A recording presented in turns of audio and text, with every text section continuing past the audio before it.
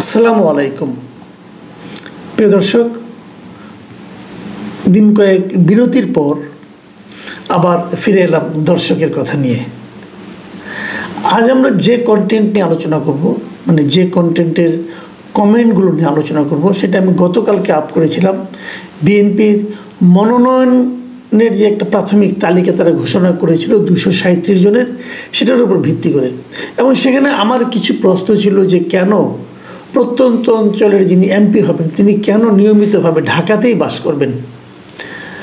আর আরেকটা কথা বলেছিলাম যে বিএনপির এই মনোনয়নটা কেমন হলো, তারা আসলে ক্ষমতায় যেতে পারবে কি না এই মনোনয়ন দিয়ে, এগুলো নিয়ে আলোচনা করেছিলাম। আমি এটা আসলে করেছিলাম তখনই আমি ঠিক করেছিলাম যে এটা নিয়ে দর্শকদের যে কমেন্টগুলো আসবে সেগুলোকে আমরা গুরুত্ব দিয়ে পাঠ করব।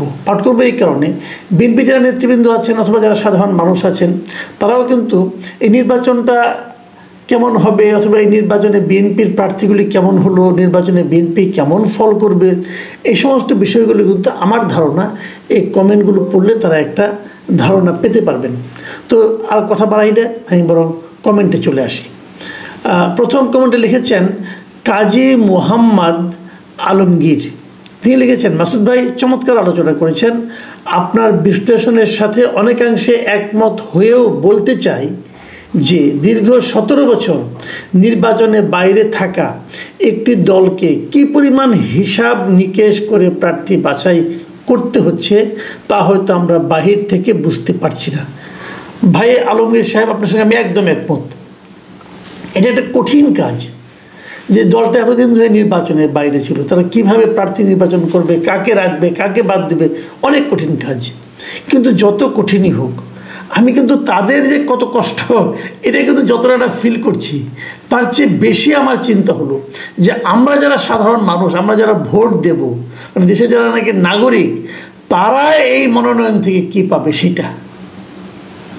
আমি কিন্তু বিএনপির নেতৃবৃন্দের কথা চিন্তা করি না, করি অন্য সময় অবসর সময় করি, কিন্তু এখন কিন্তু যখন তুলনা হয় যে আমি কি বিএনপির চিন্তাটা বেশি করব নাকি আমি সাধারণ মানুষের কথা চিন্তা করব, তখন আমার চিন্তাটা কিন্তু সাধারণ মানুষকে কেন্দ্র করেই হবে।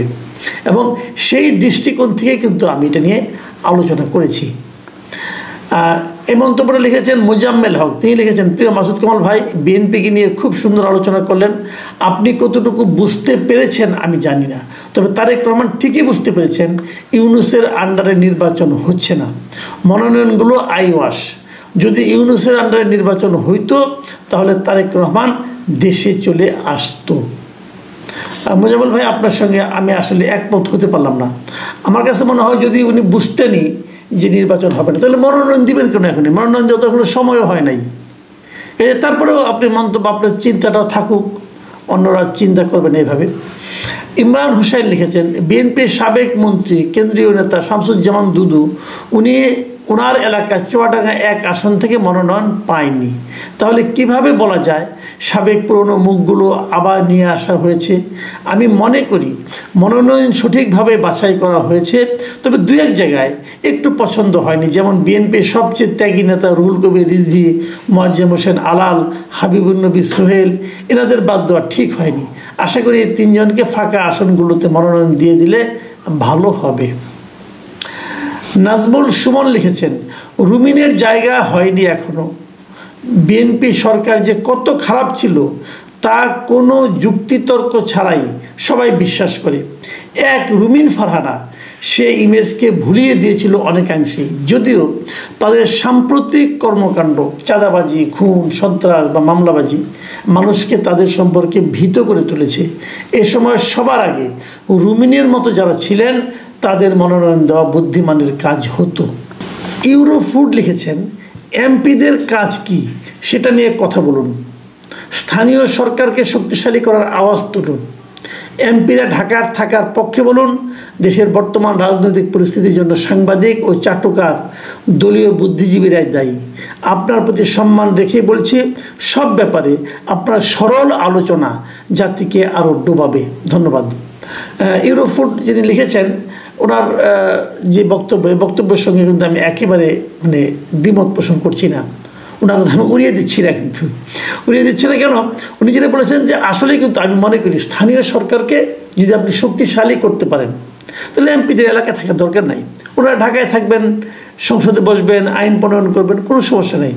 কিন্তু স্থানীয় সরকার শক্তিশালী কি এই এমপিরা করতে দিবে, এই সংসদ করতে দিবে? স্থানীয় সরকারকে দুর্বল কে করেছে? এই পার্লামেন্টে তো করেছে, আইন করে করেছে, বিভিন্ন সরকারের সময় তারা এগুলি করেছে। কাজেই এটা নিয়ে আমাদের মনে হয় ভাবতে হবে, আপনিও চিন্তা করেন। আর আমার সরল আলোচনা জাতিকে ডোবাবে এটা যদি হয় তাহলে তো সরল আলোচনা করবো না, কারণ আপনি যদি মনে করেন ডোবাবে, আমি তো এটা অস্বীকারও করতে পারবো না। হতে পারে আমি চেষ্টা করবো এরপর থেকে একটু কম সরল আলোচনা করার জন্য। ধন্যবাদ। ইউরোফুড হাই হ্যান্ডসাম লিখেছেন, লোকাল এমপিদের তার নিজের এলাকায় থাকতে হবে, নইলে সংসদ সদস্য পদ থেকে বরখাস্ত করা হোক। আজিজুল মিয়া লিখেছেন, যদি এরকমটাই হয় এমপিরা ঢাকায় স্থায়ীভাবে বসবাস করতে পারবে না, তাহলে বিএনপির ক্ষমতায় আসা দুষ্কর হয়ে যাবে, কারণ বিএনপির বেশিরভাগ এমপি ঢাকায় থাকেন।